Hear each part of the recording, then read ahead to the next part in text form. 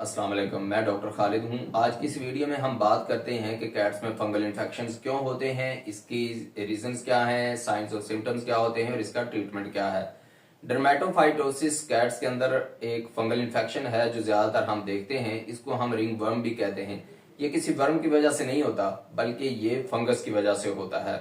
और different types की fungus होती हैं जो एनवायरनमेंट में होती हैं। ज्यादातर पैथोजेनिक और नॉन पैथोजेनिक हैं। पैथोजेनिक वो फंगस होती है एनवायरनमेंट के अंदर जो कि कैट्स में या ह्यूमंस में बीमारी कॉज करती है, इलनेस कॉज करती है, इन्फेक्शन कॉज करती है। और नॉन पैथोजेनिक वो होती हैं जो एनवायरनमेंट के अंदर फंगस होती तो है लेकिन वो किसी किस्म का इन्फेक्शन कॉज नहीं करती। ठीक है। और ज्यादातर जो एनवायरनमेंट के अंदर या फिर कैट्स के अंदर इन्फेक्शन कॉज करती है फंगस, वो माइक्रोस्पोरम कैनस है जिसके हम साइंस मोस्टली देखते हैं कैट्स के ऊपर। इसके अलावा माइक्रोस्पोरम जिप्सम जो है ये भी बड़ी कॉमन सी है फंगस जो कि कैट्स के अंदर इन्फेक्शन कॉज करती है। इसके अलावा क्रिप्टोकोकस होती है जो कि कैट्स के अंदर नर्वस साइंस शो करती है, रेस्पिरेटरी साइंस शो करती है। कैट्स के लीजन्स बन जाते हैं या फिर आइज को इन्फेक्ट करती है। तो इस तरह के साइंस होते हैं वो हम क्रिप्टोकोकस की वजह से देखते हैं। और डिफरेंट टाइप्स के साइंस होते हैं जो हम कैट्स के अंदर देखते हैं, जैसा कि जब कोई फंगल इन्फेक्शन हो जाता है तो कैट्स में जो हम साइंस देखते हैं वो डर्माटोलॉजी को होते हैं ज्यादातर। और कुछ डर्माटोलॉजी वो साइंस होते हैं जो कि हम कैट्स की स्किन के ऊपर देखते हैं, जो हमें आंख से नजर आते हैं। और नॉन डर्माटोलॉजिक वो होते हैं जो फंगस की वजह से इन्फेक्शन होता तो है, साइंस होते तो हैं लेकिन वो हमें नजर नहीं आते। और डर्माटोलॉजिक साइंस जो हम देखते हैं वो होते हैं कैट्स के जो हेयर होते हैं वो लॉस हो जाता है, बाल झड़ जाते हैं। इसके अलावा रेडनेस हो जाती है, स्केलिंग हो जाती है, क्रस्टिंग हो जाती है कैट्स के ऊपर, स्किन के ऊपर। इसके अलावा कैट्स की जो स्किन है इसके अंदर न्यूड्यूल्स बन जाते हैं या फिर एब्सेस बन जाते हैं। कैट्स की स्किन को हम फूला हुआ देखते हैं, उधर से उठ जाती है जिसकी वजह से कैट्स को पेन भी होता है, डिस्कम्फर्ट भी होती है। और नॉन डर्माटोलॉजिक साइंस भी कैट्स में होते हैं जैसे कि फीवर हो जाता है। इसके अलावा कैट्स को लॉस ऑफ एपिटाइट हो जाता है यानी कि खाना पीना कैट्स छोड़ देती हैं। ब्लाइंडनेस भी हो सकती है। जो कैट्स फंगल इन्फेक्शन होते हैं जब आइज की तरफ जाते हैं, आइज को इन्फेक्ट करते हैं तो उसकी वजह से कैट्स के अंदर ब्लाइंडनेस के मसले भी आते हैं। इसके अलावा रेस्पिरेटरी प्रॉब्लम भी कॉज करती है फंगस, जिसकी वजह से ब्रीदिंग के मसले हो जाते हैं, कैट सही तरह से सांस नहीं ले पाती। यानी कि फंगस जो होती है ना ये नोज पे जब इन्फेक्ट करती है तो नोज के जरिए से ये फिर इंटरनल बॉडी में चली जाती है और वहां पे ये लंग्स को इन्फेक्ट करती है जिसकी वजह से फिर सांस लेना मुश्किल हो जाता है कैट्स के लिए।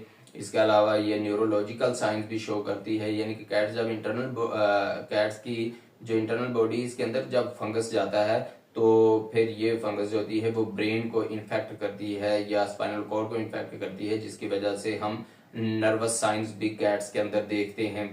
इसके अलावा फंगस की एक टाइप होती है कॉक्सीडियोमाइकोसिस जिसको हम वैली फीवर भी कहते हैं, इसका इन्फेक्शन होता है, या फिर डेजर्ट फीवर भी कहते हैं। और ये ज्यादा एरिड एरियाज में फंगस पाई जाती है।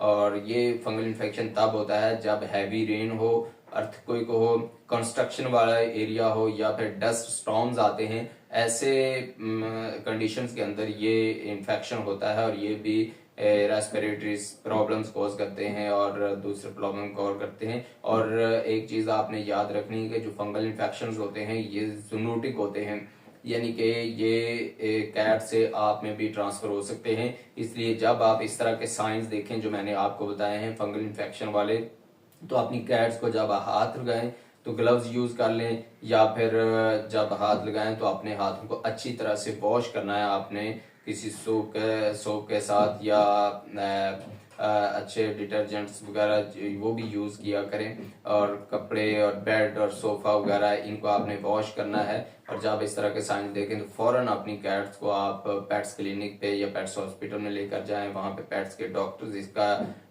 डायग्नोज करेंगे और देखेंगे कि कौन सा फंगल इन्फेक्शन है, किस टाइप का है, फिर उसके मुताबिक वो आपकी कैट्स का ट्रीटमेंट करेंगे। तो इसके डायग्नोज करने के लिए डिफरेंट वो टेस्ट करेंगे जैसे कि पीसीआर होता है टेस्ट, इसके अलावा बायोप्सी हो सकती है। इसके अलावा वो कैट्स के लीजन जो हैं इनका एक सैंपल लेंगे और उसको माइक्रोस्कोप के अंदर देखेंगे और फिर उसके मुताबिक वो पता लगाएंगे कि कौन सा फंगस जो है उसने इन्फेक्शन कॉज किया है।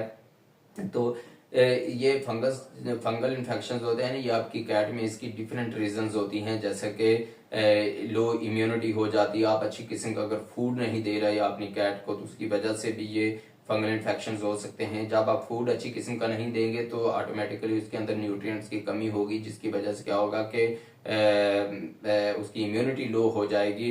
इसके अलावा अगर एनवायरनमेंट सही नहीं है या ह्यूमिडिटी वगैरह है तो उसकी वजह से भी जो कैट्स होती हैं इनमें फंगल इन्फेक्शन हो सकते हैं।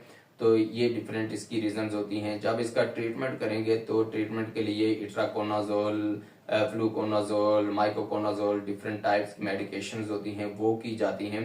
और जो लॉन्ग हेयर ब्रीड्स होती हैं कैट्स की, इनके अंदर चूंकि फंगल इन्फेक्शन होते हैं वो देखने के लिए स्किन को देखना पड़ता है कि कहाँ कहाँ पर इन्फेक्शन हुआ है, तो इसलिए इनके हेयर जो होते हैं उनको ट्रिम करना पड़ता है। जैसे कि पर्शियन कैट्स होती हैं या हिमालयन कैट्स होती हैं तो इनके हेयर लॉन्ग होते हैं तो वो हटाने पड़ते हैं, उनको ट्रिम करना पड़ता है। फिर उसके बाद कैट्स की स्किन जो होती है इसका डायग्नोज किया जाता है। तो ये डिफरेंट टाइप्स के जो ट्रीटमेंट होते हैं और इनको टॉपिकल ट्रीटमेंट भी किया जाता है और इंजेक्टेबल समटाइम ट्रीटमेंट किया जाता है या फिर सिरप वगैरह दिए जाते हैं, टैबलेट्स दी जाती हैं। वो फिर आपके डॉक्टर्स होते हैं वही आपको बता सकते हैं कि आपकी कैट का जो फंगल इन्फेक्शन है इसका ट्रीटमेंट कितना लॉन्ग चलेगा। ठीक है, तो इन चीज़ों का आपने ख्याल रखना है। अगर आप अपनी कैट को टाइम पर इसका डायग्नोज करवा लेंगे, अच्छा माहौल देंगे या फिर उसको अच्छा फूड देंगे ताकि उसकी इम्यूनिटी अच्छी रहे, उसकी हेल्थ अच्छी रहे, तो फिर इन्फेक्शन से आप बच सकते हैं और इस तरह आप भी हेल्दी रहेंगे और आपकी कैट्स जो हैं वो भी हेल्दी रहेंगी।